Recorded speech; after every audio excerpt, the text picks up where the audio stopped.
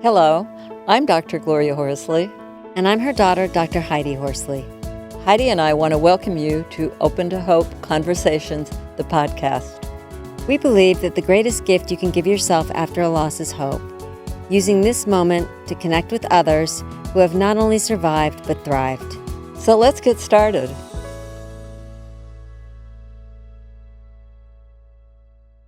Welcome to the Open to Hope show. I'm your host, Dr. Gloria Horsley, with my daughter and co-host, Dr. Heidi Horsley.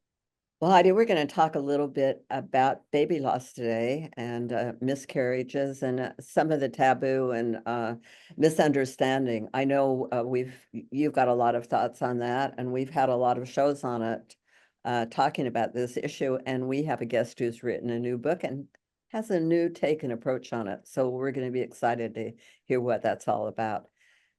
Do you want to introduce our guest, Heidi? Sure, Mom. And I love that we are doing this topic because I've had 2 miscarriages, and there's so many women out there that have had miscarriages, and they don't really tell anybody until someone else discloses it. And then all of a sudden they're like, wait a minute, I've had a miscarriage too. Why did I not know this about you? So it can be a very unacknowledged and minimized loss. And we are going to be talking with someone that will shed some light on this for us and help us to find hope after these kind of losses. So her name is Dr. Aura Rose. Aura is a mediator, researcher, healer, and author. She is the author of the book Sacred Sadness: Insights into the Spiritual and Energetic Layers of Miscarriage. And she received her PhD from Columbia University for her research on Native American tribal sovereignty. Welcome to our podcast, Aura. Thank you so much for having me. It's great having you on, Aura. I wondered, how did you get into this area? I have had 2 miscarriages. The book was actually born out of me witnessing 2 women in a restroom at a coffee shop talking about their miscarriages and feeling like something needed to change. I just didn't feel like it was okay for women to not be able to talk about their experiences, in general, right? And especially the women's health issues, the experience of a woman, whatever it is, I think should not be taboo. So I wondered what I could do to contribute. And since I write books, I decided that I was going to write a book about it. What kind of things do you talk about in the book and about things changing?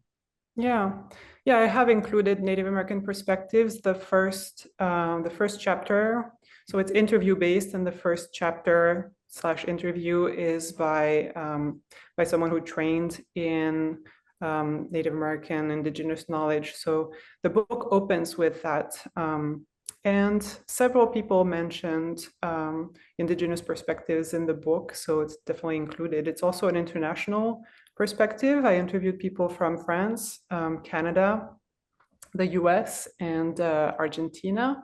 And it's a mix of people who experienced a miscarriage or an ectopic pregnancy, stillbirth, and termination for medical reasons, and healers.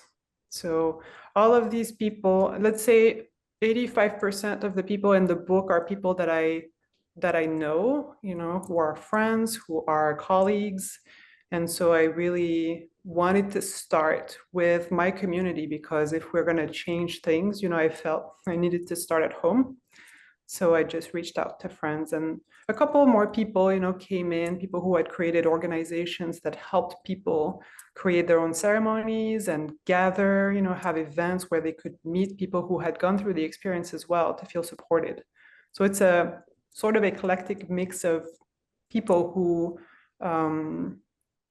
were open to discussing the energetic and the spiritual dimensions of it, and then giving us tools, from shamanism to craniopsychotherapy to hypnotherapy to psychotherapy, astrology even. There is a lay Buddhist monk who gave us perspective on incarnation. How do we incarnate in the womb? What happens there from a Buddhist perspective? So it's pretty diverse and it goes pretty deep. Yeah, I wondered how studying all these different things changed you and changed your perspective. And what did you learn from it about your own miscarriages? Thank you so much. Yeah, this is a beautiful question. I thought initially that I was just doing a book to address a taboo that should no longer be taboo, you know? And it was a really modest scope.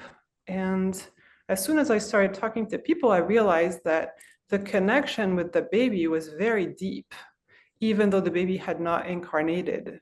And so, and women and men, I interviewed men as well, had usually a very profound connection, and they had a story. They were not lost in their experience, they were in their power with it.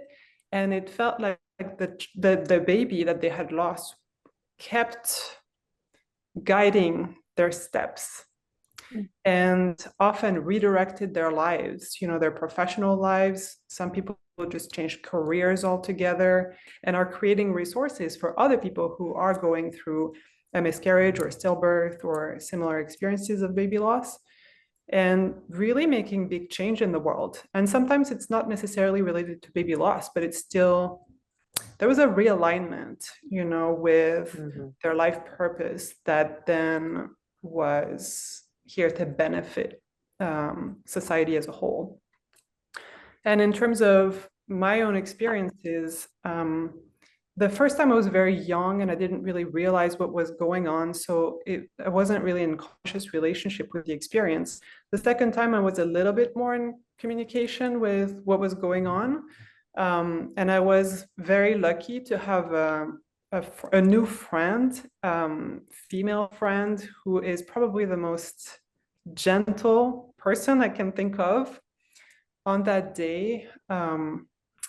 And she just held space for me. I just wanted to sit on the couch and sip tea and just bask in this gentle feminine energy. As I wrote the book, one of the last interviews that I did was with a French woman who is really powerful and wonderful, and so is in the book, Pauline. And she she said, "Oh, with my ear, my French ear, I heard sacred sadness and I didn't hear secret sadness, just an accent perception." And I said, actually, that's the title. The book has gone through this massive transformation, and it went from being secret to being out in the open and a sacred celebration of our experience as a human being here. You've gone to having it quiet to bringing it out to the world. Yeah, so what's fascinating in the book and what I still need to do, for my own experience, there are many, many different techniques that the healers mention in the book, where you can tune in to your experience and heal the different layers of it and go deeper. And I let the book unfold organically without probing at all, right? So I did not go into that for my own experiences. What do you say to women who have had your experience, who have had miscarriages they've never been talked about? I think there's three really important things. One is to cultivate a connection with oneself, right? To lean in and try to be as gentle as possible, because those are big experiences. Any kind of big experience that is sensitive or can be traumatic sometimes can be difficult to lean into, right? So to have gentleness and compassion for the self.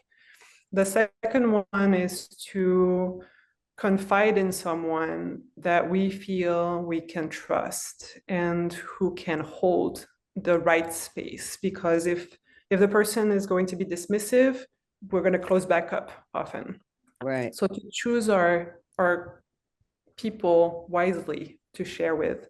And the third, I feel, is to sort of thicken our connection with the divine and whatever that means for us. For some people it's the universe, or for some people it's God, for some people it's cycling is a spiritual experience.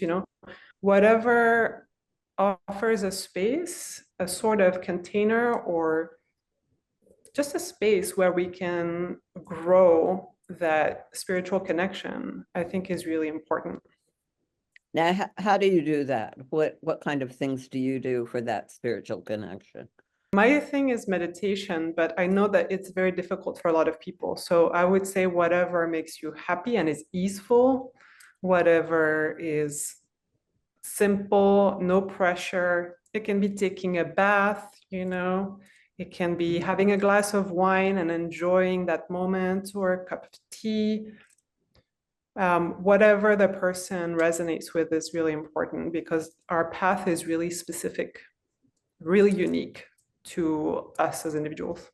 I noticed that you do visionary mindfulness. I wondered if I right now am like, I'm struggling with the fact that I had a miscarriage. Is there some kind of little visionary mindfulness that I could use? Yeah. So for instance, so people function differently in the sense that if you tune in to your own inner world and it's scary, maybe just notice that it's scary.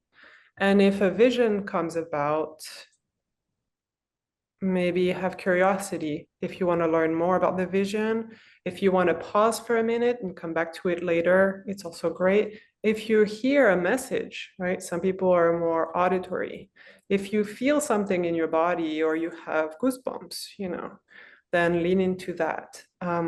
So visionary meditation, in the way that I've practiced it, is this very organic process of allowing, whatever is already here. And the first thing that comes to mind, rather than probing and looking for something, just focusing on what already is here. The very first thing is usually the most important thing.